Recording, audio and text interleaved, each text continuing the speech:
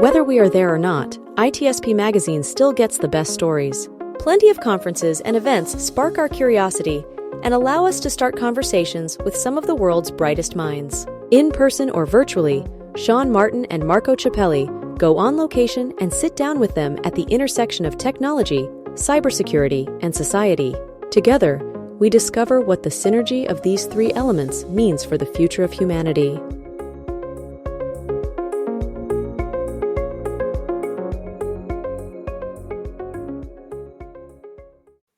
And hello, everybody. You're very welcome to a new on-location episode here on ITSP Magazine. I'm your host, Sean Martin. I am flying solo. Oftentimes, Marco Ciappelli, my co-founder, will join me, but he doesn't like AppSec. I don't know why. Oh, I'm kidding. No, he's the psych guy. I'm the tech guy, and I get to do all the fun technical bits. And I really wanted to do OWASP. I'm a huge fan of the organization and the projects and the programs and the people and the outcomes that come from it. And I wanted to be in Lisbon as well. So I decided let's talk about AppSec and let's talk about OWASP AppSec Global in Lisbon. And who better to do that with than some of the folks who are sharing stories as keynotes as part of the conference. And I'm thrilled to have Isabel, Dinis, and Rob on. How are you, Al? Yeah, very good. Great. Hi there. Super. Here we are. We're going to have some fun in Lisbon. We're going to do AppSec and DevSecOps and web stuff, and who knows what else we're going to get into. And that's what we're going to talk about now. Before we get into the topics, though, a few words from each of you about your role, what you're up to, and I'll say congratulations to all of you for getting a speaking spot there. Isabel, what are you up to? Hello. Well, I'm happy to be here, and will be more happy to be there, of course. So I'm an academic. I'm a professor and a researcher. I like open science, and I like a lot AI that I'm working since ever. And from several years up to now, I work on AI for cybersecurity solutions and on the security of AI.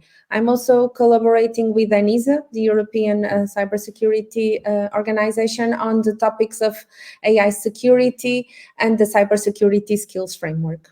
I come from the Polytechnic of Porto. Also nice to visit. Yes, maybe I'll take a train ride up and take a tour. Well, thanks for taking the time, Isabel. Dinis. So I was born in Lisbon, so I'm actually Portuguese, right? So this is like coming home to me. It's really nice. Although I've been in London for 28 years.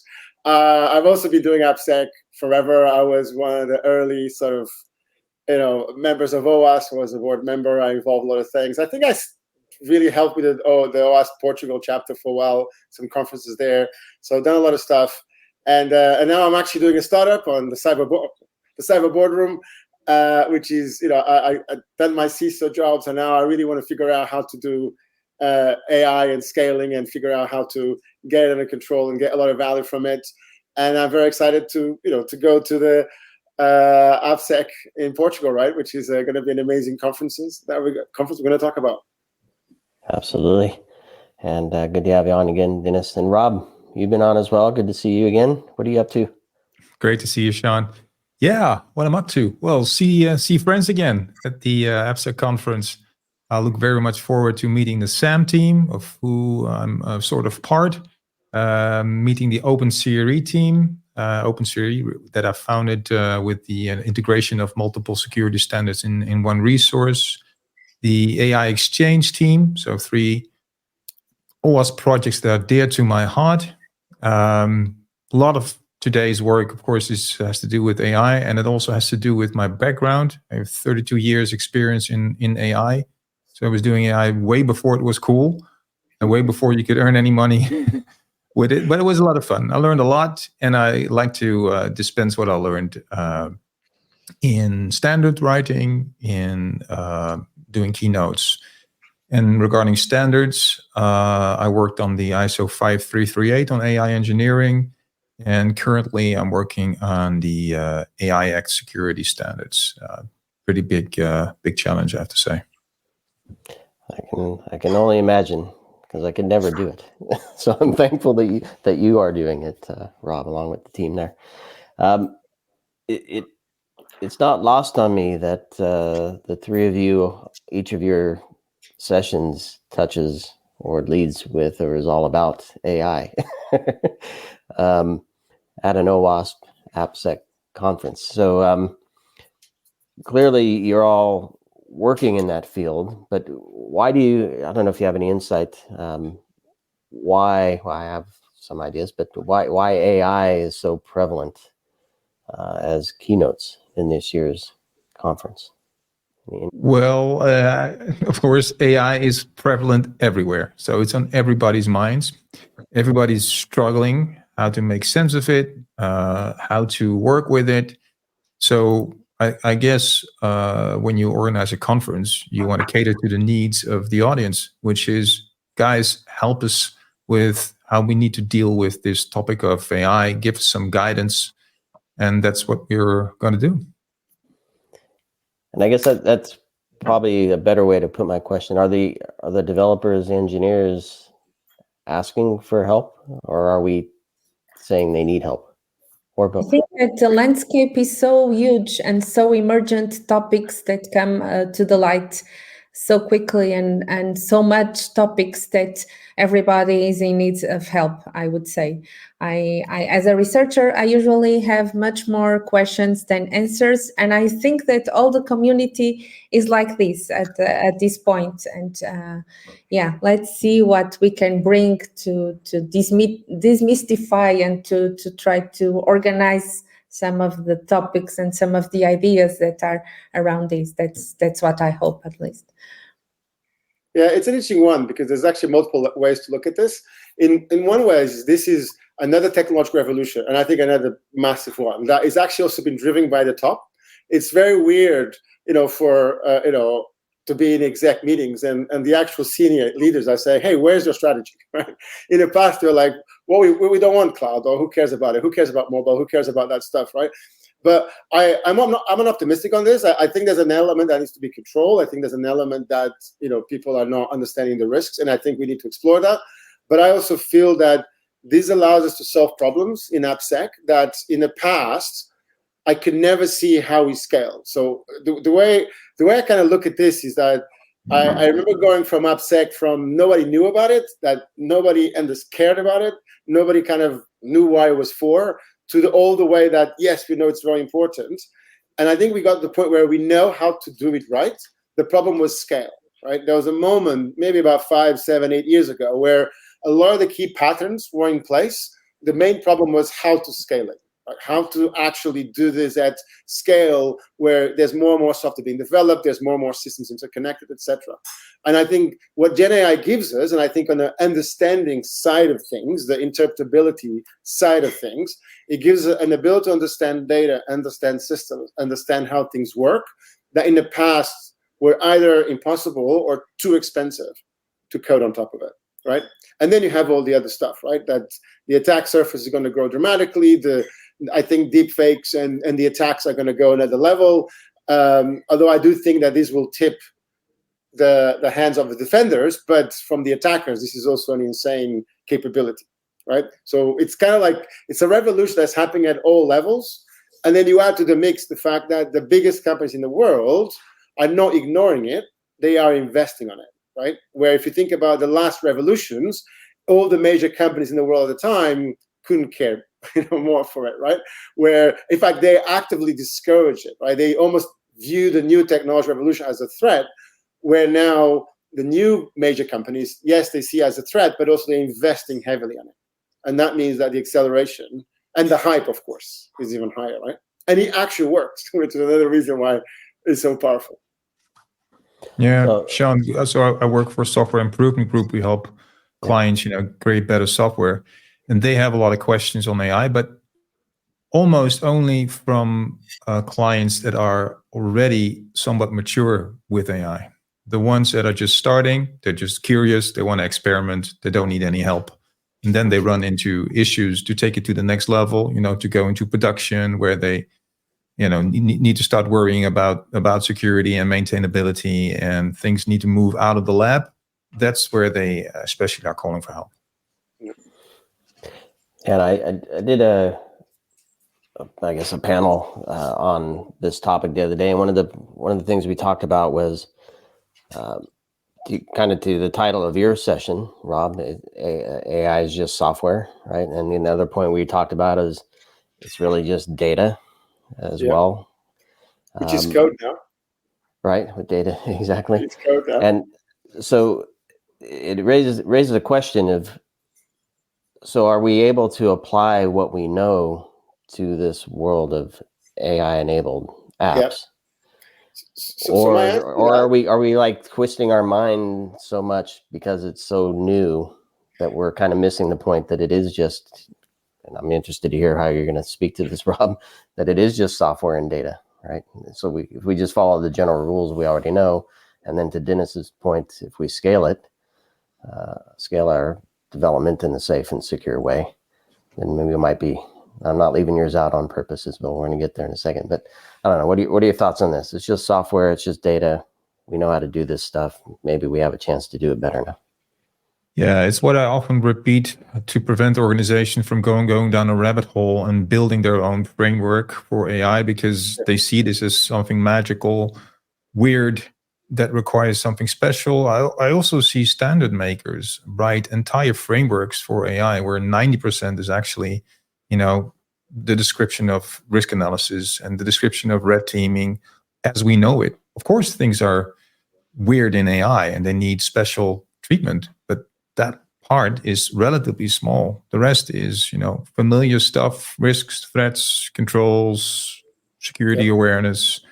Try to start there and see what is special about AI and then focus on that. That would be my recommendation. Yeah, I actually did a presentation to an OWASP crowd and about actually how to break and how to not to get apps break, GenAI broken. And what I was basically saying is exactly that, is that, ultimately, even if you take the top 10, right, most of it is actually AppSec, the top 10 for GenAI, right? Most of it is just good application security, good network security, good risk management, etc. In fact, I would actually argue that this needs everything we were doing at OWASP even more, right? Because if you think about it, the AI as an API, which is an API, right? Request goes in, comes out. At the same time, is the most vulnerable API that you have, right? Because literally data is code. It's like there's even no segmentation. Like we don't even know what a buffer overflow for a GenAI looks like, right? But the worst part is that not only that is also your worst insider threat. Because when that thing pops, right, that is now attacking you from the inside, right? So if you think about it, everything we're doing in AppSec, it's needed times 10, right? I actually think that and Rob, I feel that there's a path there, which is like, we don't need to reinvent the wheel. In fact, I would argue, apart from prompt engineering, which is actually a step backwards, because we went from trying to separate code and data in everything we did, all the way to the point where now data is code, right? Which is pretty problematic. Just about everything else is just pure AppSec, information management, risk management, cybersecurity, risk, all the practices that are very mature right now, from a kind of a defense point of view, right? So Isabel, I want to get your perspective on this, because I was chatting with Jim Manico the other day. He's doing training at OWASP in Lisbon, and many moons ago, I was a quality assurance engineer, where I was responsible for defining how the thing should work and validate that it's doing what it's supposed to, and I was doing that white box, black box. And the point I was making in the conversation with Jim is I could create a fairly finite set of cases that I could test against. And to Dinis's point of data as code now, pretty much anything can happen, right, in an AI-enabled app. And you don't know what you're putting in if it's good, if what you're getting out is good, if it's being manipulated along the way. And we're, to your session with the word trust in there, are we able to trust our apps? And I look at it not just from a app function perspective, but a business logic perspective, right? We're using this stuff to make business decisions, letting people create accounts, letting people transfer money, letting people do whatever based on this data. So your thoughts on all that?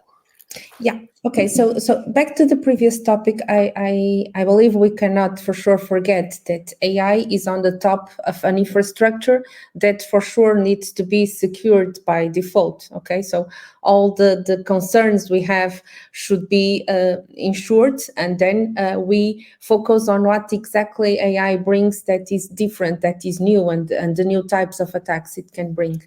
And from the trust point of view, trusting is a process. It's the same when we are in a new organization, when we meet some new people, there is a process to start trusting the others. And what I see about AI is that it's a process that we need to look into, not just from the point of view of the traditional metrics we use to evaluate what we can get from AI, that typically we wish to have a wonderful accuracy, the best recall, F1 score, and etc. But also from the point of view of and if I can get those good metrics, those standard metrics in good values, but I can have more robust models. And if I can get a way to understand what the model is saying. So what I want to bring here is there are a lot of properties that we want AI to show and we want it to respect, to start and to be able to build this trust relationship on the models. And for that, there are some research on the topic, and I will try to, as much as possible, bring all the research that I know about it and how can we really identify and what other metrics or what other classifications or what other ways do we have to classify how good is an AI model. So Isabel, your talk is actually trust cards for AI. Could you talk a bit more about the cards? I will. What do I want to bring here? Yeah, the card will be like an identity card, not from the identity point of view from on cyber, but to show. Not usually we look into a model as okay. It is an ensemble learning. It has these parameters. I don't want to look at it just like that. I don't want to cross-check a model with data and just say, we got this accuracy, we got this recall. I want to show we have this level of robustness and this level of explainability and this level of privacy. And so based on this kind of data cards and this kind of data models that I intersect, I can bring more trust, or I can more easily go into a trusted relationship with that or not. Yep. Interesting. Isabel, will you also go into data poisoning, the relation between data poisoning and risk and trust in your trust card? Of course, I need to bring those concepts to show what can we do, for example, to increase a model robustness, to check how robust it can be or not. So those concepts will, I guess, come naturally. And sometimes I also feel that we need to put some simple clarifications and simple organization on the landscape, because I guess that all the people speak about the buzzwords related to AI. And from an academic point of view, I believe that we need to have people that come with background that is strong on both domains. Like we have super good people on cyber and we have super good people on AI. We need to have profiles and to educate those profiles to come with strong and solid background on the intersection of these two worlds. Yeah, that's also a goal I have as a professor on this field. we talked about this, Isabel, when I visited your institute. Yeah, exactly. That this is sort of a rare combination of expertise. And I guess, Sean, that also ties into your question. So why does this AppSec conference have so many talks about AI? You don't find AI security people around very easily. They're quite rare. And it has to do with that it's relatively odd that these things are combined for historical reasons, but they're also different skill sets. I mean, from programmer to hacker, I mean, that's sort of that's a shorter path, I would say, than from a data scientist to a hacker, because a data scientist is mostly interested in a working model, whereas a programmer is also educated to make sure that a system is secure and reliable. So the distance, topic-wise, I guess, at least that's my theory, is bigger. And that's why you probably don't see so many people combining these. Which actually, I think, brings an interesting opportunity, because I do think that when somebody grows in cybersecurity, there's a very healthy skepticism, very healthy, sort of questions that you ask, or how does it work? How does it actually operate? What's really happening in the hood that you can bring into it, right? And so Isabel, one of the things that would be very interesting to connect. So my talk is an area that I've kind of been evolving into, which is about having deterministic GenAI outputs, so like the output of GenAI with provenance. So what I'm now more and more is I'm staying away from the sort of creation element of LLMs and sort of the hallucinations. So I kind of view that is when you do want it, a level of creativity, a level of, I would say hallucinations, that's fine. But, the practice and the use cases I'm after are very deterministic. So it's almost about taking away the models. The whole thing is just saying, I just want to understand how they actually work, and also understand the parameters, and also operate on them, where you bring your own content, where you bring your own logic, and you almost use the models for reasoning, not for content creation. And you also use the models for translation, which they're actually really good at, right? But not just translation from a language A to B. They're very good at translating, a culture from one culture to another, one personality to another personality, one, type of individual to another type of individual. And also those are things, again, we can feed good examples to it. So I'm kind of staying away from custom models, staying away from any kind of that world, which I think is going to be a horror story, because nobody knows how he actually learns. Nobody knows how he actually holds data. I think it's very risky when you rely on that black box to do a lot of your logic. So I kind of want to make sure my GenAI world is deterministic, and also the provenance is interesting, because it's about having a chain of trust of where the data is. And the interesting thing about a GenAI model is that breaks the chain of trust, if you think about it, right? Because we need to be able to connect the data where it came from. So it's an interesting gap that you have with a GenAI, both on creating of images and creating of content, where they break, in a way, the chain of trust. So then how do you glue that back together, right? Where you can say, well, this output is verified by this. So, and I think blockchain, even on that one, I feel the GenAI has so much value that it can give to us. Now, even in the short term, we don't need the rest, right? Just getting that right allows us to become crazy more productive, especially on AppSec side of things and at other parts.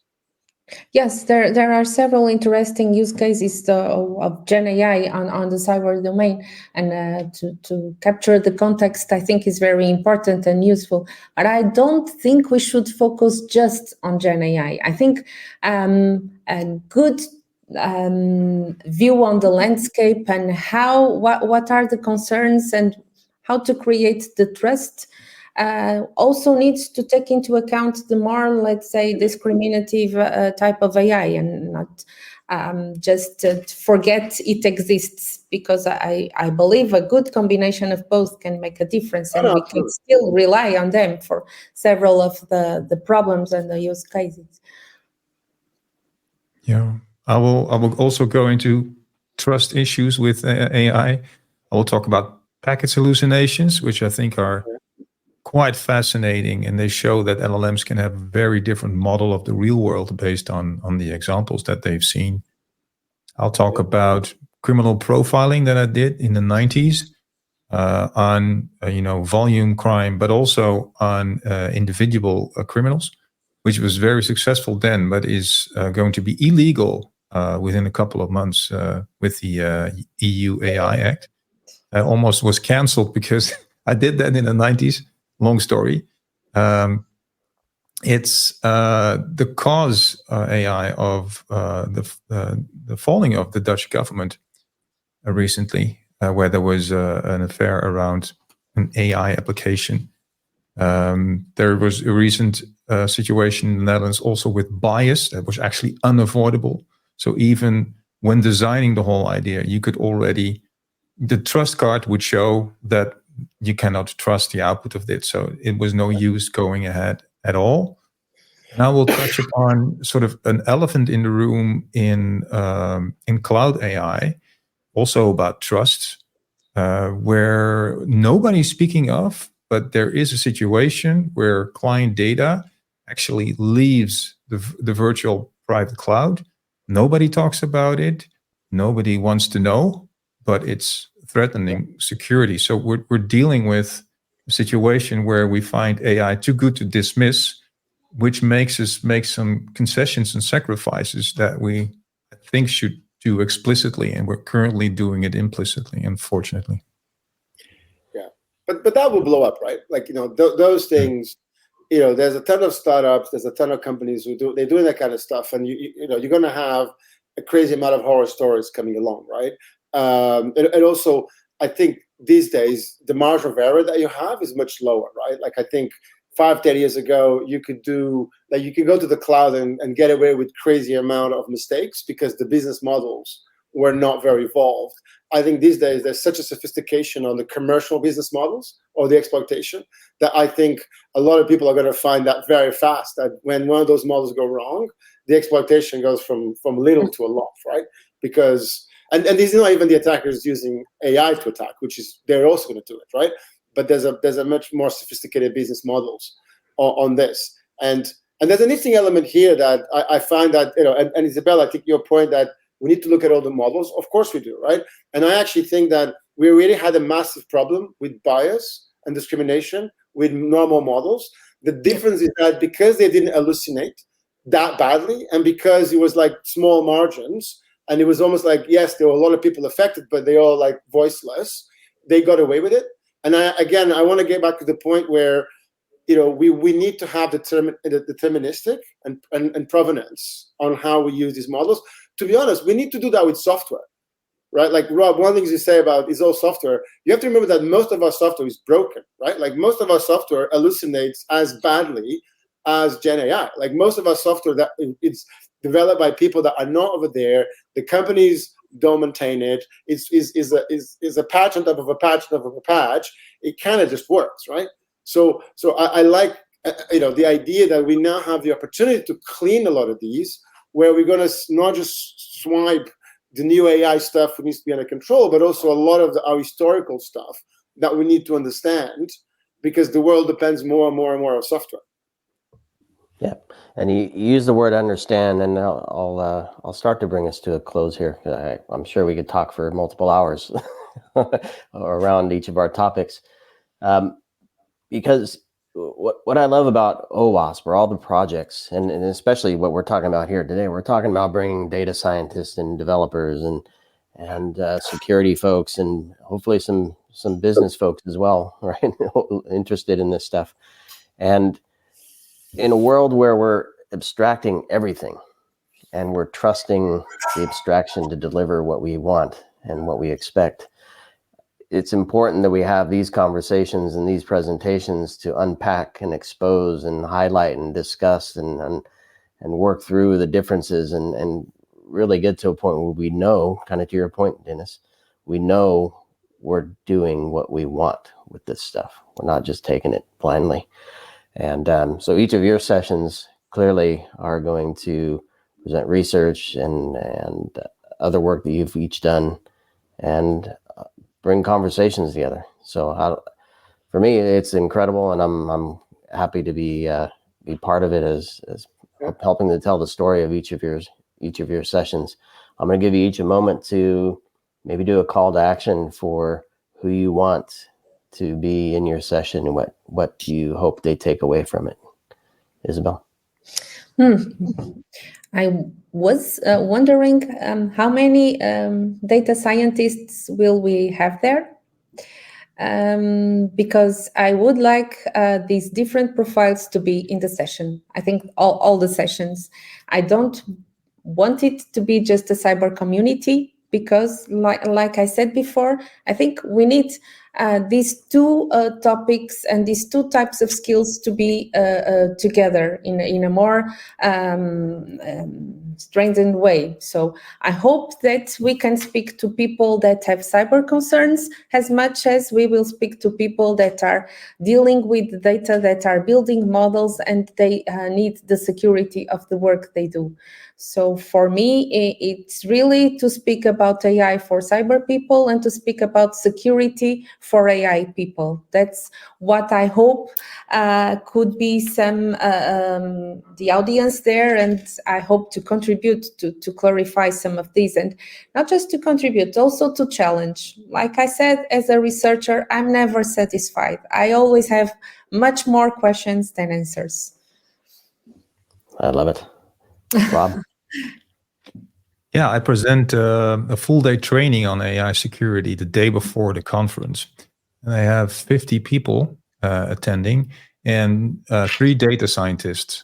So yeah, that I think that's what you can expect at an AppSec conference. But I would indeed really would like to call data scientists, if they can, to come to Lisbon.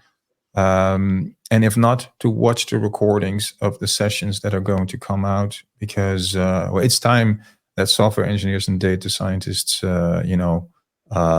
work together and learn from each other. That's what I hope. So that's 2 calling all data scientists. Dinis, do we have 3? I'll call everybody. Right? I think OWASP is an amazing community, right? OWASP is an amazing culture.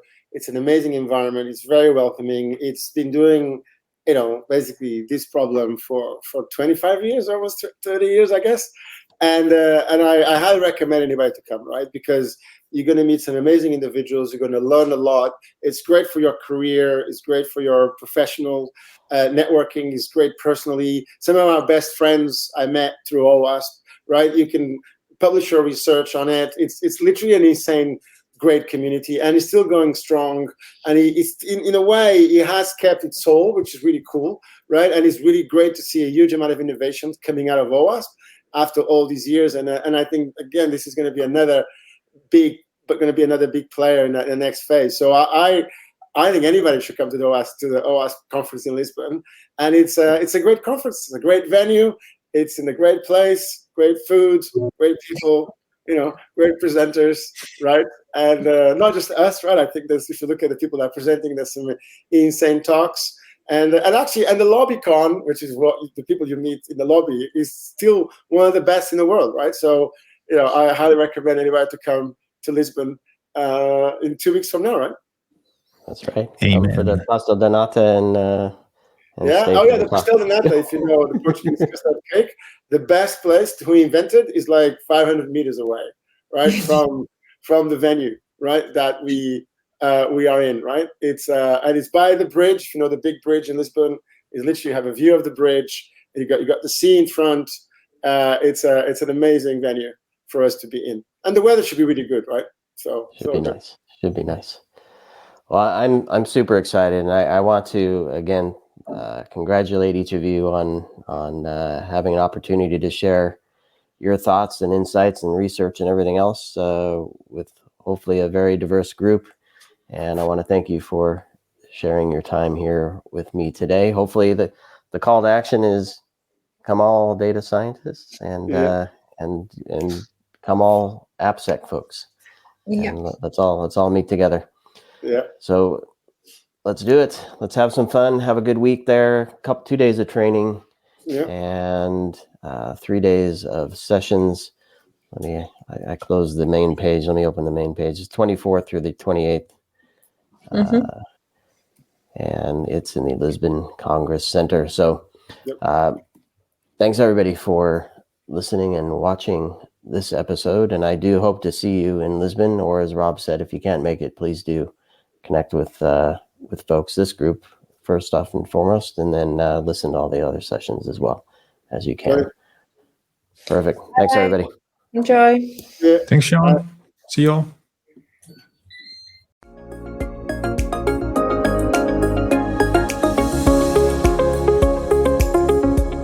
We hope you enjoyed this episode of Sean and Marco's On Location event coverage conversations. Please take a moment to give the show a good rating and leave a comment.